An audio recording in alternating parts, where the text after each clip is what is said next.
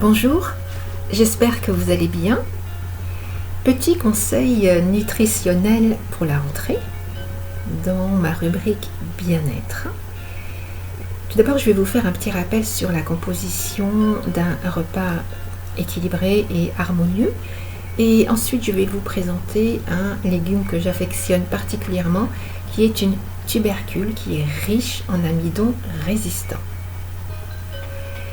Alors, pour la rentrée, essayez d'avoir, pour être en forme, un menu équilibré.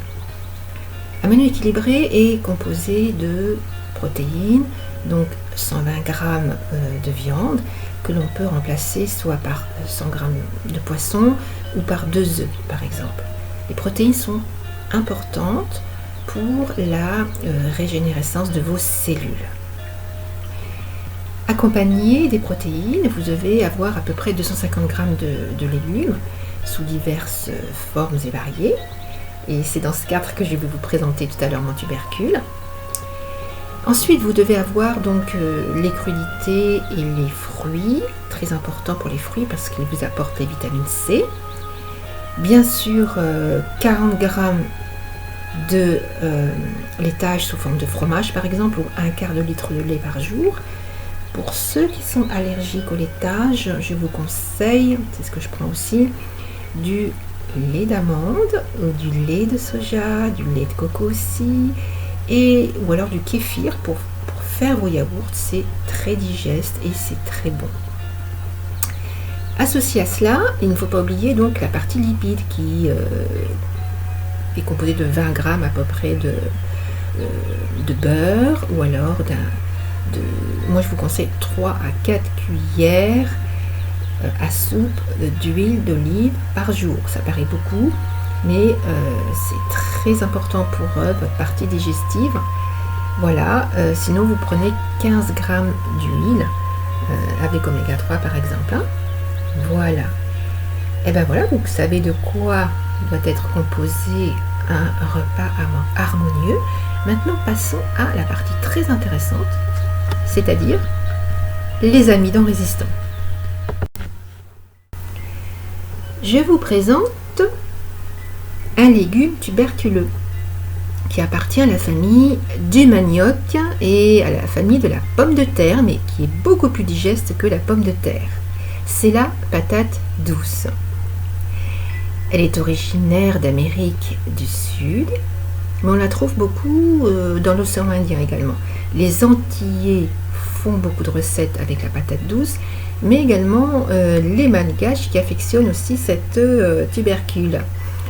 Alors, elle est composée d'amidons résistants. Les amidons résistants, ce sont des amidons qui ne sont pas digérés dans l'intestin grêle et donc qui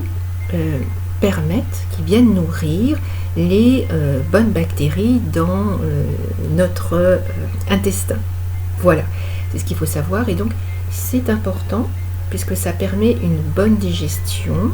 Et la patate douce, il faut savoir qu'elle est quand même, non seulement elle est digeste, mais elle est moins calorique que la pomme de terre. Elle est composée de 50% de fibres en plus, et elle est riche sur le plan nutritionnel en ce qui concerne ses vitamines et ses minéraux.